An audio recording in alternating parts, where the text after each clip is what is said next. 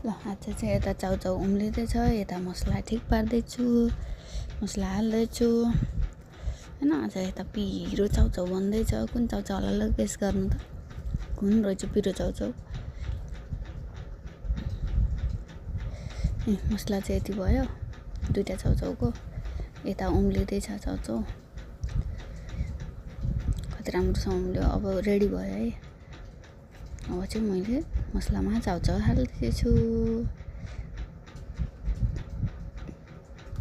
मलाई चाहिँ धेरै पाके मन पर्दैन, त्यही भएर हल्का हल्का पकाएको।